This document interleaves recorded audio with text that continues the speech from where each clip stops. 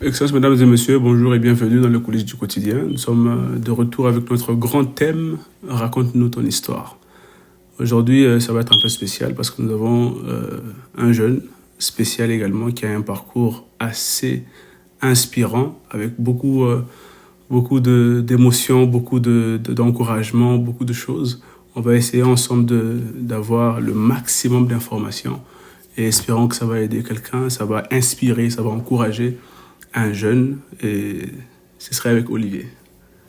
Bonsoir tout le monde, c'est un plaisir pour moi d'être ici. Comment tu vas, Olivier? Ça va très bien, comment allez-vous? Ouais, ça va. Avant même de parler de ton parcours, parce que j'ai eu à voir, t'es pas une personne qui est passée inaperçue. J'ai eu à voir de tes vidéos, j'ai vu beaucoup de choses. Quand même, il y a du tout. Il y a de la motivation, il y a de l'inspiration. Et également, je peux dire que c'est une petite école, en tout cas pour ceux-là qui viennent d'arriver. Mais je veux, avant tout, avant qu'on avance plus loin, qu'on commence d'abord par les débuts. Je veux que tu nous parles un peu de toi, de ton histoire, de qui tu étais avant de venir au Canada. Quelle personne tu étais et quel état d'esprit tu avais avant de quitter le pays. D'où viens-tu exactement? Ok, c'est une bonne question. Moi, c'est Olivier. Ok. Donc, j'ai commencé l'université à l'UPC, je pense, en 2016. J'ai commencé en sciences économiques. Par la suite, ça n'a pas marché. J'ai embrouillé avec les calculs. J'ai switché pour l'informatique. Donc, en 2018, je commençais l'informatique. 3 ans, graduat. Par la suite, bon, je me décide qu'est-ce que je vais faire de ma vie.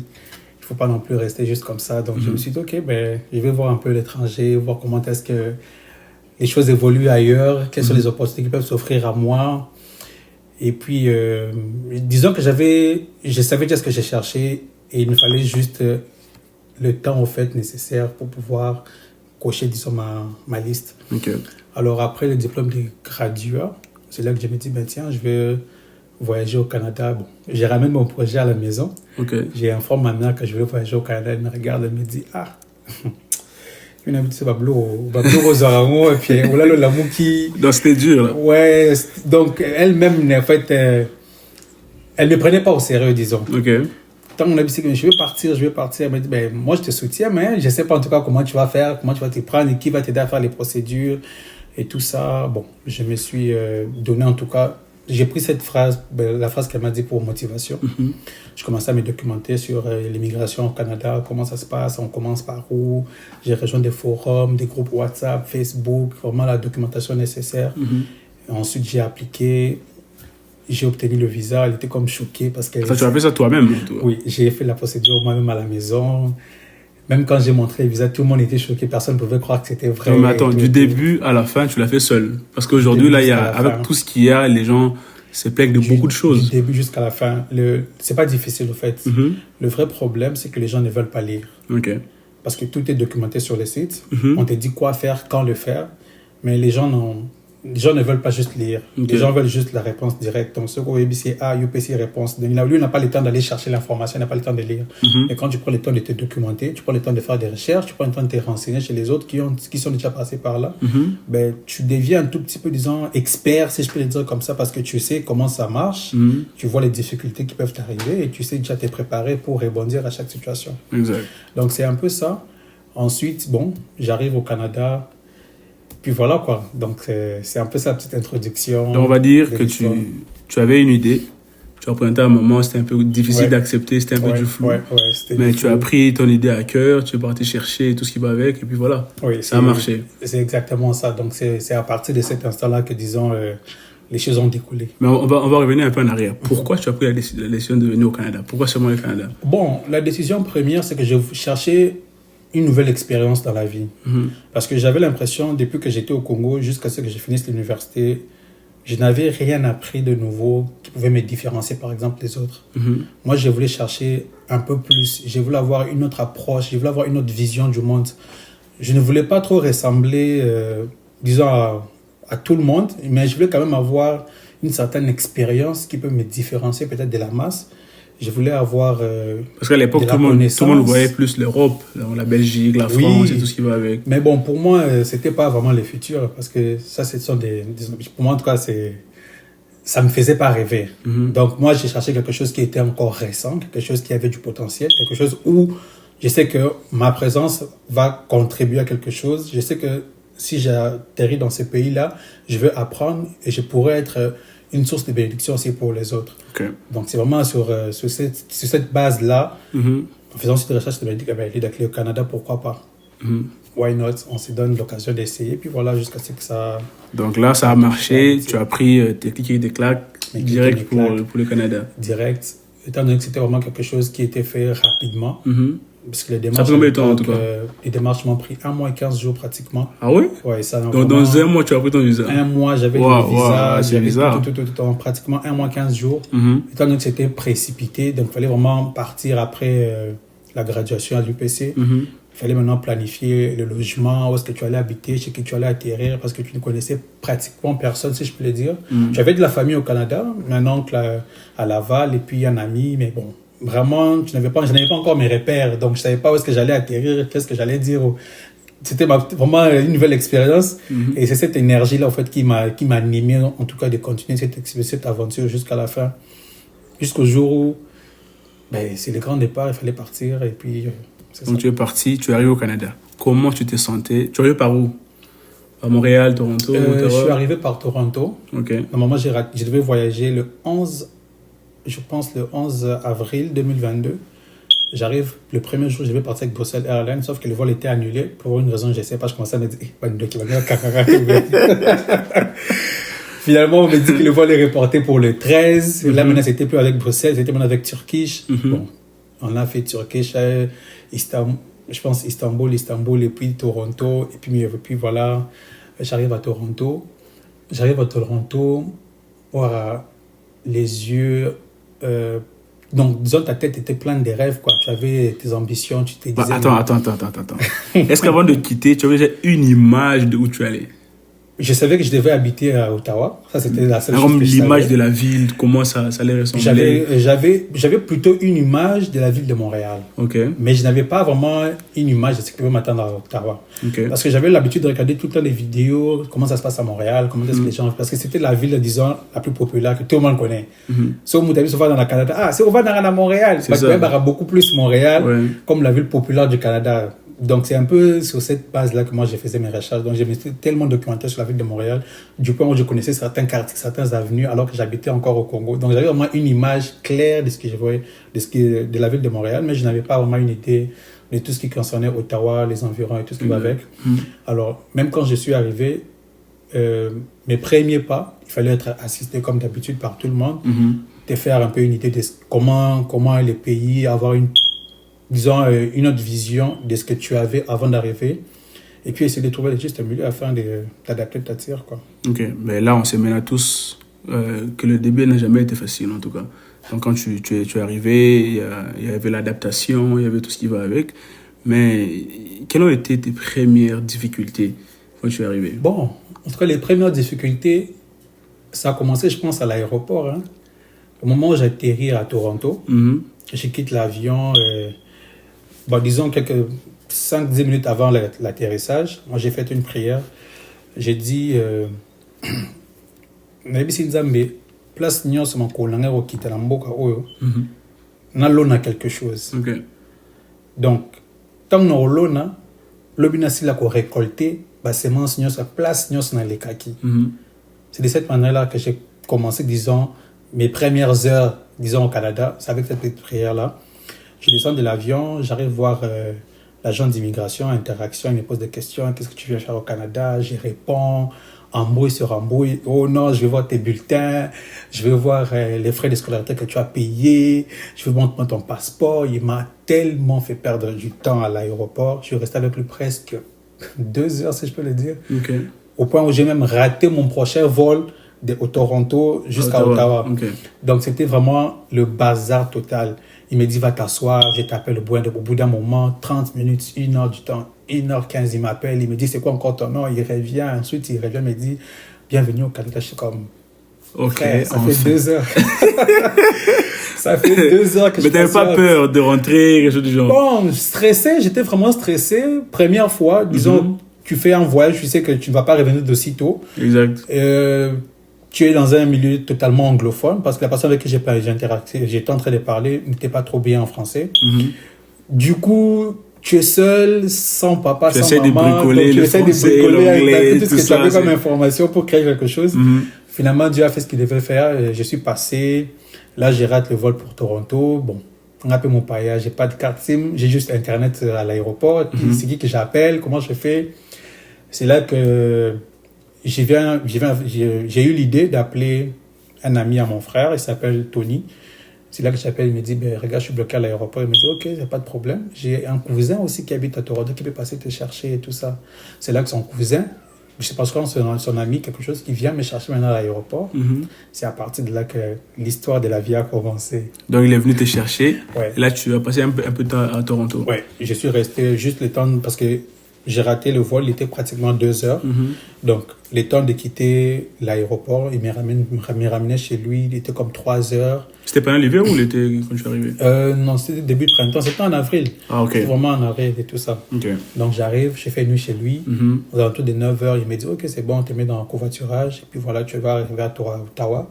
Et une fois que tu arrives à Ottawa, ben, tu essaies d'appeler un numéro qui demande de l'aide en cours de route. Va certainement t'aider pour appeler ton ami qui viendra te chercher à Ottawa. Donc, les gens pour le covoiturage, après, je pense, 5h ou 5h30, on arrive finalement à Ottawa. J'appelle mon ami qui devait venir me chercher. Ben, il vient me chercher, on se voit, hey, mon ami, et tout. En tout cas, ambiance. Ambiance, la belle vie, vous faites des câlins, et tout. Je pars chez lui. C'était pas pour rester définitivement, parce que j'avais déjà, disons, un programme qui était déjà bien établi, juste 2 jours avant mon voyage. Alors, c'est là que j'arrive chez mon ami, justement, il s'appelle Patrick. On est resté, je pense, un mois ou peut-être un peu plus. Alors, quand j'arrive, en tout cas, on fait les retrouvailles. Il me dit, ah, mais tu as fait bon voyage et tout ce qui va avec. On parle, comment va les Congo. On dirait qu'on a besoin de se réveiller Congo. Quand les ma question, on va aussi en Afrique. Tu n'as boni qui chasse. On dirait qu'ils gardent qui chassent. Oh, boni njil, des petites choses comme ça, on parle et puis vite fait. Il m'a dit maintenant, c'est comment tu vas t'installer où et tout ça. C'est là maintenant, cette partie de l'histoire, disons, de mon vécu au Canada qui m'a façonné. Cette expérience, tant bien que ça me blesse, peut-être jusqu'à ce jour, mais c'est quelque chose qui m'a vraiment formé, qui m'a aussi, disons, appris une leçon que les gens peuvent décevoir, les gens peuvent changer à tout moment. Et c'est les changements d'une personne envers toi, ça ne peut pas toujours être de la négativité. Peut-être que son changement va déclencher une bénédiction chez toi. Peut-être son changement, sa manière d'être, va provoquer à ce que ce qui devait t'arriver puisse arriver. S'il n'avait jamais changé, peut-être que tu ne serais pas la personne que tu es aujourd'hui. Mais dis-moi un peu, c'est quoi qui s'est passé réellement? Ce qui s'est passé par la suite, je devais habiter chez des amis, disons des connaissances de mon père. Une connaissance de mon père, il devait m'accueillir avec sa famille et tout ça.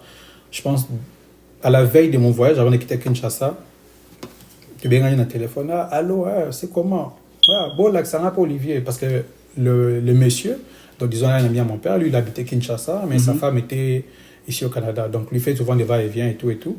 Alors, vu que moi, je ne connaissais pas sa femme, mais sa femme m'a vu grandir. Quand nous avions un bébé, elle m'a pas sur l'eau, elle m'a pas sur le jeu, ma couche, moi, je dans le quartier, moi, à l'époque. Ça y est, un bébé, tu ne connaissais même pas cette histoire-là. Ouais. Bon, appel vidéo. On a battu en Canada, on les a en Congo. Ah, c'est comment? Ah, Yondo Olivier. Ah, oui, banga sus. Non, oui, na mema yo petit na ngai na mema na sikola na zote tout bambata on voyager le bien on voyager en tout cas torozela yo. Et là tu as eu l'assurance et tout que toi mais aux ans mes parents, c'est pas même pas que j'étais seul. Ouais. Donc j'étais avec mes parents. Avec l'ami de mon père. Donc quand il te dit mon fils voyage demain et toi tu sais que c'est mon ami et toi tu vas m'accueillir chez toi à Ottawa, neti moi na yo. Exact. Camouflé, peut-être 1 mois ou 2 mois, les tambours formés, l'accent de Nimarameke Narandeni, Eloni Rosa, Lamboka, Eloni Rosa, la été justement initiation quoi, avant pour moi, la papouna. À la veille du voyage, normal, ok, tout le monde a dit lobby. Dans le lobby, c'est dans le sens que yo voyagé lobby pour venir beaucoup dans le jour d'après. Normal. En tout cas, tu sais comment on a hâte de te voir. On a un appel vidéo, on a hâte de te voir et tout ça. D'ailleurs, tout. Ma chambre, où tu es là, déjà, tu es là, chambre, mora mounene, rola la na moi, na biso na sous-sol. Bon, on a déjà donc flash mon robot. Tu t'imagines déjà. Tu es plus que prêt, tu es à l'aise et tout. Tu seras en tout cas, tu ne te souciais plus au fait de rien. De où est-ce que j'allais. Parce que tu sais déjà que tu vas chez telle personne. Et même avec mes parents, avant de partir, ils m'ont dit ben, tu pars pas là-bas pour rester éternellement. Tu pars 1 mois max ou 2 mois tout au plus. Le temps que tu aies tes repères et on te fait confiance. On sait que tu vas t'en sortir. C'est pas une première fois, mais c'est juste que le temps de poser tes valises, avoir tes repères, une idée de la ville et tout ça. Et puis c'est parti. Voilà. Ça a toujours été comme ça. Exact. Normal. J'arrive chez mon ami. Là maintenant, c'était un petit bac. On revient maintenant chez mon ami qui m'avait accueilli à Ottawa. Bon, la première semaine, normal. Et puis maintenant, il fallait appeler les gens qui devaient venir me récupérer pour habiter chez eux. Bon. Combien de bon à WhatsApp? Position. Oh non, on va passer à 14h te chercher. Ok. Tu as rangé tes affaires et tout ça. Tu classes déjà ta valise, tes chaussures. Tu as même informé ton ami qu'à 14h, je dois bouger tout ça, 14h15, 16h, 17h. Position. Ligne mon corps. Genre, on t'attend un message. 23h. Oh non, excuse-nous. Il y avait l'église, on a oublié. Bon, c'est pas grave. Envoie-nous l'adresse de là où tu habites. Aux yeux, adresse à Massano, au Tineli Baron. Ah, c'est pas loin, c'est 20 minutes. Ok. On va te chercher demain. Lobby, c'est même chose. Il faut juste je ne comprenais plus rien. Comme il y a le lobby. Donc, mon nom sous sérieux. C'est là que j'appelle mes parents pour dire, mais finalement, on a compris. Comme les lobby, moi, on a vu ça, moi, on a ça la bouée. Et comme il y a zigzag. Ce qui est simité, oui, ça rend clairement que c'est simité. La place boutique, on a espoir, mon roboué. Et puis, voilà, quoi. C'est comme si vous ça a un sentiment, moutou. Ça, c'est vraiment, je pense que ça, c'est. Je peux dire que c'est criminel. Tu peux pas t'amuser avec les sentiments de quelqu'un comme ça. Torture morale. Donc, tu places la confiance à quelqu'un et cette personne prend plaisir au fait à te faire tourner en rang. Ça, c'est ridicule. Ouais. C'est même plus que tirer quelqu'un par une arme à feu. C'est les gens qui jouent avec les sentiments des autres. Je ne sais pas qu'est-ce qui les anime comme esprit, mais c'est super méchant de faire ça. C'est tout sauf intéressant. Mais ça se voit que c'est vraiment plus récent, tu vois. Bah, c'est pas récent, mais fréquent. Les personnes qui viennent ici, tu vois, avec une idée, voilà, il y a quelqu'un qui est là-bas qui peut m'abriter un moment et tout. Et bizarrement, ça tombe toujours dans la même chose, Grosse erreur. Ben, parce que, bon, les gens qui sont ici pensent que, sur une yami moutunanga au Afrique, il y a pas kangamananga libela. Or, ce n'est pas ça. La raison principale que les gens, disons, on vient chez vous, c'est peut-être pour avoir les bases. Vous savez comment est-ce que les lois de ces pays fonctionnent, vous savez qu'est-ce que je dois faire peut-être pour trouver mon chemin. Donc si je viens chez vous, ce n'est pas pour m'attacher à votre famille. Je viens pour un temps, peut-être pour avoir des informations nécessaires et ensuite continuer les chemins. Donc moi jusqu'à aujourd'hui, je n'ai eu personne jusqu'à ce jour qui m'a dit qu'Olivier au Canada, tu dois te comporter comme ça. Donc tu t'es fait seul en tout cas. Je me suis fait seul depuis l'UPC, si je peux le dire, depuis le jour où j'ai commencé la procédure, jusqu'à ce jour. Okay. Donc, je n'attendais pas à ce que les gens fassent toujours quelque chose pour moi. Je me dis toujours que même si je te demande de l'aide, tu peux ou ne pas me donner, mais sache que même si je te demande, dis-toi que j'ai toujours un plan quelque part. Tu vois, c'est toujours comme ça. C'est comme ça que cette attitude, disons cette mentalité m'épargne jusqu'à ce jour et m'aide dans beaucoup de situations. Okay. Donc, en gros, tu l'as ramené. Mais dans ça, comment tu as fait pour t'en sortir avec ton pote là et tout ça? Comment tu as fait? Bon, il peut voir un peu compliqué. Hein. Tu ne travailles pas. Bon, moi, pas miette, ou pas ça que bah, aussi là. Parce que moi, quand j'ai quitté, ma mère m'avait remis $500. C'est, en tout cas, bon, à souka, où m'a fait ça en tant que moi, c'était $500. Et tu vois, il te souffle $500 dans la salle et toi, bah, économie, tu vois, avec les paroles d'une mère qui te dit ça, c'est profond. C'est fort, ouais. Et tu te dis, ok, les amours, on a un sous-canapé, donc fais un bon usage. On a pas sauté pour aux hommes, tu es un homme. Bats-toi. Exact. Ça, c'est quelque chose qui a résonné en moi. Cet argent m'a aidé, disons, au début. Souvent, il n'y a pas toujours qu'à on va se marier, se marier. Donc, moi, je vais mettre ça dans je paye ça, le absolument, ok, moi, resto, nos foot, tu finançais des petites choses et tout et tout. Bon, on peut dire qu'ils n'ont pas payé $500, c'était américain, en canadien, ça peut être 600 ou 700. C'était pas non plus aussi énorme, tu vois. Bon, là où maintenant, je restais à Ottawa, moi, je suis transféré comme qu'au Bima, qu'on s'est manifesté. Vas-y, parle, mon gars, on a besoin de ça. Non, la vie est compliquée. On a besoin de ça, vas-y. La vie d'un homme est compliquée. Et puis, ma situation n'est peut-être pas parfaite. Il y a peut-être des gens qui ont vécu la même chose ou qui vivent la même chose jusqu'à aujourd'hui. Ouais. Mais le plus important, peu importe la situation où tu te trouves, dis-toi que la seule personne qui peut te sauver, c'est toi. Bien sûr. Donc, il n'y a personne qui va faire bouger les choses. Il n'y a personne. Donc, finalement, les $500 s'épuisent. Je n'avais presque plus d'argent, disons, si je peux le dire comme ça. Moi, c'était normal, tu vois, mais père. Il paye des plus bas qui baillent aux zao, aux consommer chambre dans trop. Tu manges beaucoup.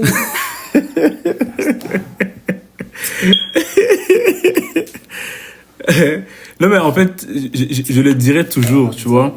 Parce que là, le but du podcast, c'est vraiment d'apporter quelque chose. Moi, je sais, on est tous passés par quelque chose, tu vois. Ton histoire peut m'aider à avoir des décisions aujourd'hui pour m'aider à se sortir de la vie, tu vois. Il y a beaucoup de nos amis, de nos frères, de nos sœurs qui arrivent, qui parfois passent dans les mêmes choses, ou soit, dès le pays, ils ont la même perception que tu avais, tu vois. Mais en attendant, tout ce que toi, tu peux dire aujourd'hui, ça peut aider quelqu'un à se préparer. Ça peut aider quelqu'un à avoir, tu vois, l'autre attitude de vie et tout ça. Donc, c'est vraiment ça le but. Donc, sens-toi à l'aise. C'est difficile, mais aujourd'hui, t'es passé à autre chose.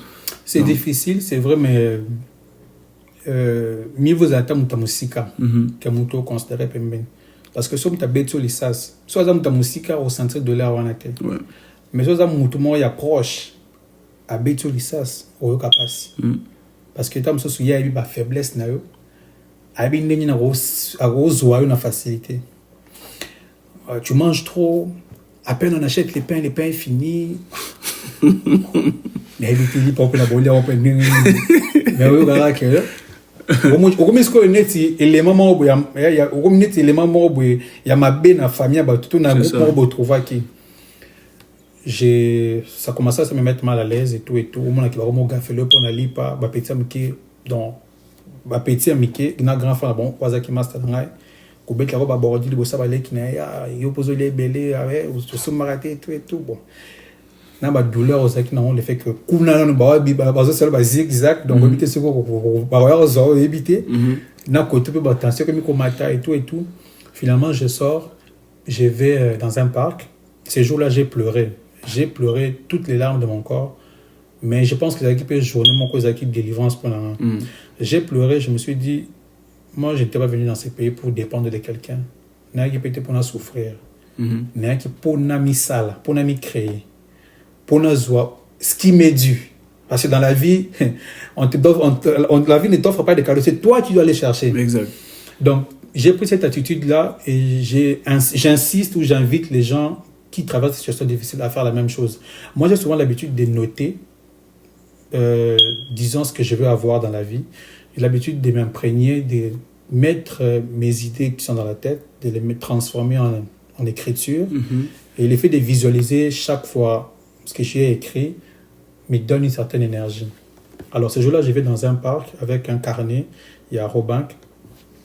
Là-bas, je commençais à me mettre des objectifs que je voulais me fixer pour les 3 prochains mois, les 6 prochains mois, la première année au Canada. Donc, je commençais à noter. Après avoir fini de noter, j'ai essuyé mes larmes, je me suis dit, ouais, mon mobile est tellement bien.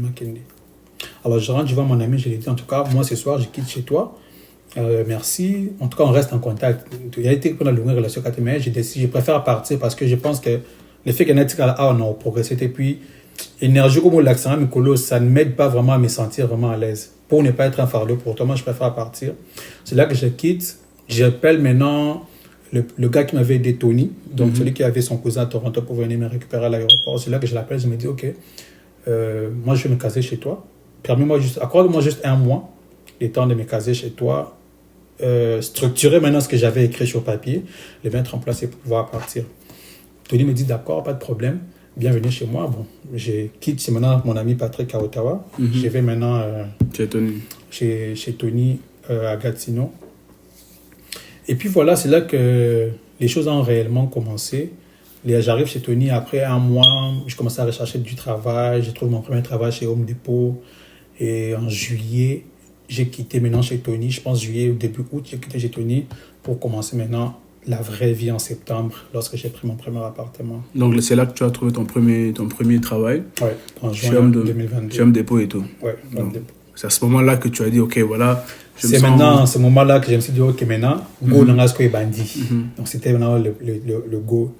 Donc j'ai trouvé le travail en juin ou juillet. Mais comment ça se passait au travail et tout? Bon, comme début, c'était la première fois que tu travaillais, c'est la première fois que je travaille, oui, au Canada, mais j'ai déjà travaillé dans le passé au Congo. Je travaillais à l'INRB pendant un moment, pendant la Covid, et puis j'ai arrêté, et puis j'avais des petits jobs de gauche à droite, mais vraiment un travail, si je peux le dire, une expérience, disons, professionnelle avec des documents justifiables, parce qu'au Congo, tu peux travailler, mais tu peux contrat verbal, mais dans le Canada, c'est là vraiment que j'ai commencé ce premier travail chez Home Depot, avec un salaire, je me sens, donc, c'est à ce moment-là que c'est maintenant j'ai pris confiance, je me dis que maintenant j'ai l'argent et tout ça.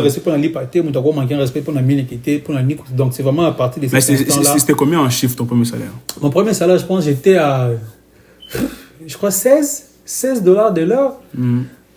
Donc si on t'a dans magasin il faut charger dans mutuka yo na ba chariot bani na bendelo charger de bablo na mutuka, et des fois j'ai transporté ba sac à ciment chez Home Depot. Je venais à 35, des fois 50 sacs de ciment par jour que j'ai transporté. Sac ciment à 50 kilos. Ouais, bah ciment à 25 kilos. Du coup, vous avez agent au stationnement, donc celui que parce que Home Depot a magasin ba constructeur ba baya ba ciment. Maintenant quand le client vient, toi tu dois maintenant l'aider à mettre ces histoires du chariot dans sa voiture. Bon, maintenant les gens achetaient beaucoup plus de ciment, le bois, il fallait transporter. C'est ça. Donc il faut me marrer. Donc des fois dans le jour même on met 20 sacs, 25 sacs, 50 sacs, il y a sacs à ciment, donc tu rentres à la maison, tu es épuisé. Mais là, quand j'étais venu, tu avais un permis de travail, un permis d'études. Exact. Donc tu devais commencer quand tes études? J'avais déjà commencé au fait. Donc pendant que tu étais chez ton ami, tu as commencé? Les cours ont commencé au mois de mai. Ok. Donc même quand j'habitais chez mon ami à Ottawa, je partais au cours et tout? Je partais au cours, oui. Ok. Donc j'avais déjà commencé mon programme sans problème. Dans un peu la banque qui me travaillait, je rentre, tu pars, tu travailles, ainsi de suite. Et puis... Mais c'était quand le moment... parle-nous un peu du moment où tu t'es dit, OK, maintenant là, je me sens fier de moi, c'est quand même cool, je peux commencer ma vie. C'était quand ce moment-là exactement? Bon, il y a beaucoup de gens se trompent. En tout cas, pour moi, quand tu décides d'aménager dans un autre pays, tu dois aussi avoir tes objectifs à toi-même. Il faut juste pas... Parce que beaucoup de gens se limitent du fait que le Canada pour autant. Oui, pour autant, mais est-ce qu'à part autant, tu envisages peut-être de rester ici? Est-ce que tu envisages partir au bout de... Mais si tu penses que tu vas rester ici, pourquoi tu ne construis pas ta vie sur base que tu vas rester ici, plutôt que de te dire, on a autant. Pour tout le monde, ce soit bien, autant, oui, aux autres, on a tout mais essaie un peu de trouver à d'autres activités. Ouais, et l'argent peut tes contacts. Fais un peu test de nouvelles choses. Mais toi, l'idée, c'était vraiment de n'aller autant. Moi, l'idée, c'était de... Je suis venu étudier. Et puis rester faire ma vie ici. Je me dis que si j'étudie, pourquoi je ne pourrais pas rester ici? Donc, si je dois construire, si j'envisage de rester ici, alors je dois m'implanter au fait. Puis on peut me déterrer à tout moment. Je viens m'implanter et j'essaie de bâtir ma vie ici. Alors, en commençant le travail, le petit job chez Home Depot, travailler, ça devenait épuisant. Pour moi, j'avais tout le temps les dos fatigués, j'étais tout le temps... je dormais mal, j'avais des courbatures partout. Donc, c'était vraiment un moment où il fallait dire stop, j'ai mes limites là, ça s'arrête. Et c'est là maintenant que je me suis dit, qu'est-ce que moi, je vais faire dans ce pays? Qu'est-ce que je vais atteindre? Peut-être que mon histoire pourra aussi inspirer quelqu'un. Alors, j'ai commencé à m'ouvrir à d'autres activités. Je commençais à rencontrer des gens, je commençais à aller à l'église, je commençais un peu à m'intéresser sur comment est-ce que le Canada fonctionnait, comment est-ce que les gens qui ont réussi, si je peux dire comme ça, se sont démarqués, quelles sont les attitudes que tu devais avoir, si je devais élargir mon réseau, par où je devais commencer. Je commençais à me poser des vraies questions, en fait, qui allaient pouvoir m'aider. Donc, j'ai aussi appris avec le temps que les réseautages, c'est quelque chose qui peut t'ouvrir beaucoup de portes ici au Canada. Donc, c'est là que j'ai, en tout cas, commencé à fréquenter des gens, partir dans des activités professionnelles, aller chercher, à se documenter. C'est un peu... Mais avant même de sortir de ce lot de difficultés, tout ce qui va avec, parce qu'il y avait un moment où on voyait tous ta tête sur TikTok, tout ce qui va, tout ce qui avait des difficultés et tout ça. Et même, je pense, vers la fin de l'année passée, on parlait de toi, de chaînes de télé, tout ce qui va avec. Mais comment tu as surmonté ça? Bon. C'était quoi la petite histoire? Comment ça a commencé? L'histoire avec TikTok et tout ce qui va avec? Je pense que c'est l'effet de parler de ce qui était vrai, mon histoire à moi. Je pense que c'est cette histoire qui m'a permis, disons, d'être un peu vu sur la toile, pour ne pas dire être connu, mais d'être quand même un peu vu sur la toile. C'est parce que lorsque j'ai commencé à parler de mon histoire sur les réseaux sociaux, c'est cette partie-là qui a intéressé les gens, beaucoup plus côté immigration. Parce que, comme je l'ai dit tantôt, en 2022-2023, l'immigration au Canada, c'était vraiment, au Rapenza, pas pour dire au fond. Ouvert pour tout le monde. Presque, au Canada, il y a une période 2021, 2022, 2023. Presque, au Canada, il y a une période. Très peu sont ceux qui sont venus avant 2020. Donc, disons juste après que la COVID, 2021, 2022, place, au côté, et tout. Alors, moi, quand j'ai commencé à dire que voilà, j'ai fait mes démarches seul, disons ça a intéressé un peu l'opinion publique. Comment toi tu as fait pour faire seul? C'est à partir de ça que ma caméra bande. Salut moi vidéo, pas actualiser 500 000 vues. Ma question. Et puis bon, tu commences un peu à prendre goût, à commencer à répondre des questions. Et puis ensuite, voilà, tu commences à faire des vidéos jusqu'à ce que comment abusif, parce que les gens commençaient à prendre des vidéos pour détourner l'objectif réel de la vidéo. Mais la vidéo, on a expliqué dans la démarche, les démarches m'ont coûté $1,300. On a sur la vidéo, on a compte à créer. Allez, tu vas te dire, les faux comptes, c'est Olivier Pouy. Donc, Olivier. C'est toi, en fait. Ça a commencé à partir du n'importe, ça a commencé vraiment à dériver de gauche à droite. Et l'immigration, c'est quelque chose qui m'intéresse parce que j'avais commencé à me documenter sur ça depuis. Et même jusqu'à aujourd'hui, je vais passer des heures et des heures à lire les procédures, comment, juste pour avoir une base. Et je me dis qu'un jour, je peux peut-être aider quelqu'un avec une réponse. Si peut-être il a besoin d'aide, il va avoir une clarification. Et voilà, quoi. Ça ne fait pas de moi un agent d'immigration, mais au moins je passe du temps en fait pour me documenter parce que pour moi, c'est nécessaire quand même d'avoir une idée des choses que tu peux ou ne pas faire, ou comment est-ce que tu peux t'en sortir si jamais t'arrive quelque chose. Exactement. Donc c'est un peu ça. Mais lorsqu'on a parlé je pense que c'était Radio-Canada, si je ne me trompe pas. Ouais. Est-ce que tu avais un souci particulier? Est-ce qu'ils ont je n'ai jamais eu de souci avec aucune chaîne de télé ici au Canada, ni avec quelqu'un de toute façon. Je pense que les vidéos, comme je l'ai dit tantôt, tellement que les vidéos suscitaient beaucoup d'intérêt auprès du public, mes comptes ont été dupliqués plusieurs fois. Aujourd'hui, même si tu tapes mon nom sur TikTok, il y a peut-être 200 comptes qui portent le nom de Olivier Pouy. Je suis incapable de gérer 200 comptes moi-même. C'est ça. Donc, il y a des gens qui usurpent mon identité. Et à part ça, je n'étais pas le seul à faire des vidéos sur l'immigration au Canada. Il y avait aussi d'autres personnes qui faisaient des vidéos dont je préfère taire les noms parce que je n'ai pas le droit de parler en leur nom. Mais qui faisaient aussi des vidéos sur Internet et tout. Et puis voilà, quoi. Bon, un jour, on se réveille, on voit l'article... je pense que c'est le journal de Montréal, les frauduleurs, je pense que c'était je me rappelle même plus du titre du journal et tout. Je suis comme moi. Il y a ta photo dessus en fait. Il y a ma photo dessus. Comment tu as vu en fait? C'est parce que même moi j'ai vu. Parce que la photo qui a été disons mise en avant, c'est une vieille photo de moi quand j'étais vraiment arrivé en 2022. C'était vraiment cette époque là où moi j'étais vraiment très actif, où j'ai parlé de l'immigration et j'ai vu cette photo sur les journaux qui a vraiment tourné. Je pars à la fac. Oui, toi on t'a vu sur le journal de Montréal et tout. Les gens commençaient à dire un peu tout ce qui... Il y avait des avis, il y a des gens qui étaient pour, des gens qui étaient contre, mais je n'ai jamais de soucis particuliers avec IRCC, ni avec le Journal de Montréal, ni aucun média du Canada. Donc rien de particulier. Il n'y avait rien de grave en tout cas. Rien de grave. Peut-être juste la pression qui était sur moi, parce qu'à l'époque, on t'aimait sur les journaux, mais tout le monde est curieux. Exact. Tu as fait quoi? Est-ce qu'on t'a envoyé une invitation? Est-ce que tu dois à la police? J'ai rien eu comme invitation, rien du tout. Juste peut-être le journal, peut-être qu'il a été mis en ligne, mais d'une mauvaise façon, si je peux le dire comme ça.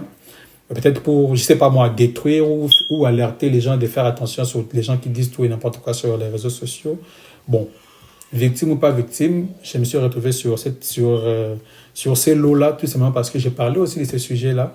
Mais en âme et conscience, je sais que je suis ni un fraudeur, ni un voleur, ni quelqu'un qui... T'as jamais non, déjà, en temps normal, si moi-même je le sais, donc personne ne peut venir me dire que tu es comme ça. Si moi-même je dis que je ne suis pas, donc tu ne peux pas venir m'influencer moi-même. Donc là, on respecte ta position et tout. C'était vraiment correct. Mais là, on va parler un peu plus de moments intéressants. Okay? Donc là, on voit où tu étais, la difficulté que tu as eu à vivre au début. Et là, tu commences maintenant à t'adapter. Tu commences à prendre du plaisir, à travailler, à être indépendant et tout. Mais c'était quoi le moment particulier où tu te dis que non, enfin, je suis indépendant, je suis libre, je ne dépends de personne, je peux aller de l'avant, je peux poursuivre mes rêves et tout. C'était quand exactement ces moments-là? Ce déclic-là a commencé en tout cas dès que j'ai quitté chez Tony, comme je l'ai dit tantôt, pour aménager dans mon domicile, mon premier appartement. C'est à cet instant-là que j'ai pris la confiance de savoir que tout ce qui va m'arriver pour les prochains mois, c'est moi qui va fixer les règles. Donc, si j'ai dit que je vais être telle personne, je dois travailler pour. C'est vraiment à partir de cet instant-là que j'ai vraiment pris ma vie en main. Donc, comme on dit, mettre la vie en haut, tu ne te laisses plus influencer par X ou X choses, ou bien, mais non. C'était vraiment à moi de prendre les décisions. Est-ce que les moments difficiles, la maman était au courant? Ou les parents étaient au courant? Mes parents m'ont énormément soutenu. Dans les moments difficiles, des fois j'ai ma mère qui Parce qu'elle ne stressait pas et tout. Bon, c'est sûr qu'elle va stresser, elle n'est pas là, et puis elle ne sait pas, quand maman mais là, au pays, à 20 km. Mais le téléphone de Songa sur ma casse. Donc le téléphone nous a vraiment aidé parce qu'on parlait pratiquement tous les jours, on s'appelait pendant des heures, et puis voilà quoi. Donc son soutien était vraiment, c'était nécessaire, c'était vraiment obligatoire. Et aujourd'hui, quand tu te vois, c'est quoi le ressenti que tu as aujourd'hui? Voir tout ce que tu as pu traverser. La fierté. Aujourd'hui, vraiment. La fierté. Aujourd'hui, je suis fier de le dire partout. En tout cas, que je me suis battu. Et je suis fier du résultat que j'ai obtenu. Et c'est quoi ta plus grande réalisation aujourd'hui? Ma plus grande réalisation aujourd'hui. C'est quoi? Si je vais juste résumer ma plus grande réalisation. Il y a beaucoup de choses à dire. Hein. Vas-y, ça me fait plaisir. Parle. On veut avoir du vrai en tout cas. C'est quoi la plus grande réalisation aujourd'hui? Ma plus grande réalisation, si je peux le dire, c'est pas que je suis égocentrique, mais je vais juste te dire que je me suis retrouvé moi en tant qu'être humain. Dans le bon la lingala, ce qu'on m'y habité, pour y valeur n'a été, tu peux pas avancer dans ta vie. Okay. Tu peux pas aller plus loin. Tu penses que tu es une merde alors que tu n'es pas une merde. La vraie richesse, c'est de savoir qui on est. Qu'est-ce qu'on vaut? Qu'est-ce qu'on peut faire? Si tu es capable de répondre à ces questions sur toi-même, si tu as déjà accompli. Donc aujourd'hui, 60% tu sais exactement. Aujourd'hui, je sais qui je suis, je sais où je vais, et j'ai béni l'Éternel pour tous ceux qui ont contribué à la personne que je suis aujourd'hui. Je parle de ma femme. J'ai pas beaucoup d'amis proches, mais les gens qui étaient mes amis jusqu'à un temps et puis ils sont partis par exemple, eux aussi, ils ont apporté quelque chose, ils m'ont instruit quelque chose, mais ma plus grande fierté, c'est vraiment d'avoir traversé la plupart des situations difficiles avec la femme que j'ai vue aujourd'hui. Donc c'est vraiment avec elle qu'on a eu un parcours. À un moment, il y a difficulté, à un moment, il n'y a pas si, à un moment, il y a donc c'est vraiment à elle que je pourrais remettre les mérites. Mais tu peux faire un coucou, non? Non. Ta caméra, elle a fait un coucou au moins. Je dédicace ma tendre femme, ma belle, la femme de ma vie, dans Saddam Boy. Salut maman, salut. Oui, vas-y. Donc c'est vraiment grâce à elle, parce que lorsque j'ai pris conscience de qui j'étais, ce que je pouvais faire, avec ou sans quelqu'un, je pouvais comme aller loin. Et la femme qui partageait ma vie à cette période-là était un soutien inébranlable, si je peux le dire comme ça. Parce qu'elle m'a vraiment soutenu, elle m'a fait des conseils. Des fois, par rapport à non, pas comme ça, ça l'a boué. Et je pense que c'est une de mes plus grandes fiertés. Exactement, non, c'est excellent. Mais aujourd'hui, je veux que tu dises une phrase à Olivier d'il y a 2 ans, 3 ans, on va dire. C'est quoi la phrase que tu peux dire à Olivier il y a 2 ans de Olivier, enfin, on te prend toi aujourd'hui, en regardant Olivier il y a 3 ans en arrière. C'est quoi que tu peux lui dire à lui? La vie continue. Donc, force à lui. La vie continue, oui. Force à lui et à toute personne qui va regarder peut-être cette vidéo. On a tous des moments difficiles. Les miens n'est pas exceptionnel. Peut-être que c'est 1 sur 10 comparé aux gens qui ont vécu des situations beaucoup plus difficiles que moi. Mais moi, ce que je peux dire, c'est que la vie continue. Donc, ta situation actuelle ne termine pas ton futur. Si dans ma tête, je m'étais dit qu'en 2022, peut-être que je n'allais pas voir loin. Peut-être que je n'allais pas me dire que j'allais rencontrer une femme. Peut-être que je n'allais pas me dire que j'allais quitter cet endroit. J'allais peut-être pas me dire que je n'allais pas quitter ce travail. Donc, la seule chose que moi je peux dire à quelqu'un qui traverse des moments difficiles ou qui vit des moments difficiles, c'est que la vie continue. Donc, pour se limiter à tenir le coup, les cas psycho-humains, il y a que la vie continue. Donc, l'obéissance est chaud là. Non, mais c'est très fort en tout cas.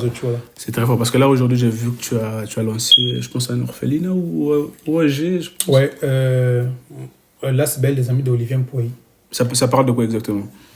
Nous sommes une structure, en tout cas disons depuis très longtemps. Moi je travaille toujours avec des structures. J'étais avec Collectif Smile. J'ai rejoint 2 structures pour aider les orphelins. Mais c'était quoi l'idée? C'était vraiment du but financier ou c'est juste bon, disons, moi j'aime être là pour les autres. Moi, tu peux ne pas être présent dans ma vie, ça ne me dérange pas. Mais moi, je sais ce que ça fait quand tu es seul et quand tu as besoin de l'aide. Okay. C'est pourquoi je me dis que si je peux être un plus dans la vie de quelqu'un, peu importe la manière, si je peux apporter ne serait-ce qu'un plus, c'est largement suffisant pour moi. C'est sur cette base-là, sur cette mentalité-là, que j'avais créé l'ASBEL, les amis d'Olivier Mpoui. Depuis... Non, le but, c'est de vraiment de venir en aide aux enfants. Le but, c'est de venir en aide aux enfants, les élèves en difficulté à Kinshasa, les victimes de guerre, violences, abus faits à la femme. C'était aussi pour, pas seulement aider, mais c'était aussi être une valeur ajoutée auprès des jeunes. Construire sur l'éducation, la formation, le développement personnel. Vraiment, disons, apporter un plus. À tel souhait, mais ou apporter un plus pour essayer la paix, donc créer des personnes. D'où tu trouves le financement pour les activités et tout ce qui va avec? En tout cas, c'est les financements pour faire toutes les activités, c'est nos merveilleux partenaires.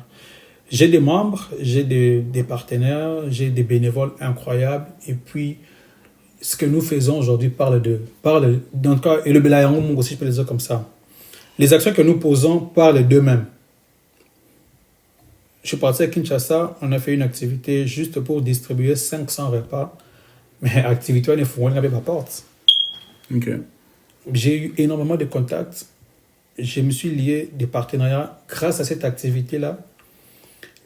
J'ai eu du soutien financier, logistique. J'ai eu des bénévoles. Donc, activité mon corps et fournie avec ma porte est belée. Et les financements, ça vient naturellement. Parce que je n'ai pas à demander. J'ai juste à poser des actions. Parce que quand tu poses des actions, on va juger sur ce que toi tu fais. Par exemple, qu'est-ce que vous avez déjà eu à faire? Moi, je ne suis pas venu te demander l'argent. Moi, j'ai fait déjà ce que j'ai fait déjà. Donc, on peut s'en déjà. Donc, tu ramènes quand même des preuves dire que non. Je ramène des preuves dire que dans ça, on fait ceci, on fait cela, on fait ceci. Oui, c'est sûr qu'on va aider beaucoup plus de personnes à la longue. En tout cas, j'espère, c'est un de nos projets pour 2026. On aimerait créer un centre de formation pour les jeunes dans la coupe et couture, la création de contenu sur les réseaux sociaux, parce qu'on est à l'heure du numérique, l'informatique des bases, la Word, Excel, Babloma, Bongo. Et ça, c'est quelque chose qu'on veut faire sous l'ASBEL. Donc, c'est quelque chose qui sera gratuit. Et cette structure, une fois mise en place, ça sera pour former les jeunes mois après mois, semaine après semaine. Parce que, comme j'ai dit tantôt, même nos petites actions, aussi ridicules qu'elles peuvent être, je ne sais pas placer comment on peut lobby. Okay. Donc ça, c'est un peu ça. Donc c'est vraiment l'argent qu'on reçoit, les financements, c'est vraiment... non, mais en tout cas, nous, c'est on vraiment voit, les membres, on les voit, bénévoles. on voit les vidéos, on voit tout ce qui va avec. Grosse force en toi, en tout cas. Des félicitations et tout. Et ça montre vraiment que tu as un grand cœur et ce que tu fais est vraiment louable. Pour un jeune qui se bat, qui veut se construire et tout, et qui donne quand même une place à des œuvres caritatives et tout ça, je pense que ça vaut la peine d'être encouragé et tout ça. Et là, on va juste chuter. Moi, je veux juste que tu nous parles un peu plus vers la fin. Mais c'est quoi que tu as retenu de la vie au Canada par toi-même? C'est quoi l'idée que tu t'es déjà faite? Après tout ce que tu as eu à traverser, les moments de difficulté, les bons moments et tout ce qui va avec, mais aujourd'hui, maintenant, lorsque tu prends un peu du recul, qu'est-ce que tu t'es dit? C'est quoi que tu as retenu? C'est quoi la meilleure leçon que tu as eu à avoir? La meilleure leçon n'existe pas. Mais moi, je pars du principe que la vie est une succession des étapes. Donc, les étapes que j'ai vécues jusqu'à ce jour, en bien ou en mal, m'ont construit. Et je ne peux pas mettre un mot pour fermer cette partie de ma vie. Non, je la laisse ouverte, mais je dis simplement que tout ce que j'ai eu à vivre depuis le début jusqu'à aujourd'hui m'ont permis de me connaître moi, m'ont donné une certaine confiance, m'ont ouvert aussi des portes, m'ont fait pleurer également, mais ne m'ont pas limité. Exact. Et je continue toujours d'apprendre. Je ne suis pas parfait, c'est sûr que j'ai plein de défauts, mais je me dis que depuis 2022 jusqu'à aujourd'hui, ma phrase préférée, c'est toujours la vie continue. La vie continue. La vie continue. Ça, c'est quelque chose qui résume en tout cas tout mon parcours. Parce que dans les moments difficiles, la vie a continué. Même dans les moments de joie, la vie a toujours continué. Donc aujourd'hui, je peux me dire que tout va bien, mais le lendemain ne m'appartient pas. Exactement. Donc c'est un peu ça. Donc pour cette fois-ci, je veux que tu regardes la caméra et que tu dises à un jeune qui vient d'arriver et qui aujourd'hui se retrouve par exemple dans la même situation que toi dans le passé, c'est quoi le conseil que tu peux lui donner? Le seul conseil que moi je pourrais donner à quelqu'un qui vit la même chose que moi, qui traverse les mêmes difficultés que moi, c'est que tu dois faire un effort. Là, pour moi, ce qui a marché pour moi, c'est d'abord de savoir ce que toi tu vaux. Ça, c'est les 3 questions que moi je m'étais posées pour quitter la difficulté que j'ai traversée. C'était de savoir qui je suis, ce que je cherche et ce que je vaux. Si tu es capable d'avoir la réponse à ces 3 questions, tu traverseras n'importe quelle situation qui va t'arriver dans la vie. Et à la insulte, et à la critique, et à la moment où tu as le succès, le sommet, tout ce que tu veux, tu seras en mesure de traverser n'importe quelle situation. Confie-toi en l'Éternel. Ça, c'est quelque chose qu'on doit dire très souvent, parce que nous, en tant que chrétiens, on n'a que Dieu. Confie-toi en l'Éternel. Dans la Bible, je me rappelle plus exactement du verset, mais confie-toi en l'Éternel. Place en lui ta confiance et il agira quelque chose comme ça. C'est de cette manière-là que tu vas pouvoir t'en sortir. Ne prends pas les mal que les gens te font aujourd'hui comme une attaque personnelle. Parce que les mal qu'on te fait aujourd'hui peut être la porte qui va t'amener vers le succès pour demain. Moi, si je devais toujours critiquer les gens qui m'ont fait du mal, si je devais toujours pointer du doigt les gens qui m'ont laissé, qui m'ont abandonné, peut-être que je ne serais pas qui je suis aujourd'hui. Prends chaque situation qui t'arrive, en bien ou en mal, comme étant un nouvel escalier que tu dois franchir pour construire qui tu es. Que Dieu te bénisse. Tiens bon. C'est tout ce que moi en tout cas, c'est vraiment émouvant, c'est très fort et c'est encourageant. Moi, j'ai juste une dernière question. Est-ce qu'il t'est arrivé de rencontrer les personnes qui t'ont fait passer par des moments difficiles, les personnes qui devaient venir te chercher, la personne chez qui tu vivais et tout ça? Est-ce qu'aujourd'hui, là, l'Olivier d'aujourd'hui, tu as eu à les rencontrer, c'est quoi leur réaction quand ils te voient aujourd'hui? Bon, c'est sûr que leur réaction, oui, c'est de savoir quel jugement ils ont envers moi aujourd'hui. Et toi, tu peux le remarquer. Mais on a eu à se voir parce qu'ils m'ont invité chez eux, même si n'a pas Bango, mais invité qu'ils n'aient pas à Bango. On a partagé un repas et puis sans rancune, on s'est arrêté là. Et même si c'était les parents qui veulent m'accueillir chez eux, mais avec les enfants, on a gardé une très bonne relation jusqu'à ce jour. Des fois, on se voit, on fait des activités. Disons, la vie a continué comme si de rien n'était. C'est ça, quoi. C'était vraiment sans rancune. C'était vraiment sans rancune. D'ailleurs, aujourd'hui, je peux même leur bénir Parce que ceux qui arabes ont été. Mais peut-être tu n'allais pas avoir cette force. Voilà. Donc en tout cas, Olivier, merci. Merci beaucoup pour ton courage. Merci pour ton histoire émouvante. Vraiment, merci pour tout. En tout cas, c'était excellent. Et moi, je pense qu'il y aura une personne qui va avoir une leçon, qui va avoir de l'encouragement, qui va avoir vraiment sur quoi s'abriter et sur quoi avoir de la motivation pour continuer. En tout cas, merci. Et vraiment, ton histoire rappelle toujours qu'il y a toujours des moments difficiles dans la vie.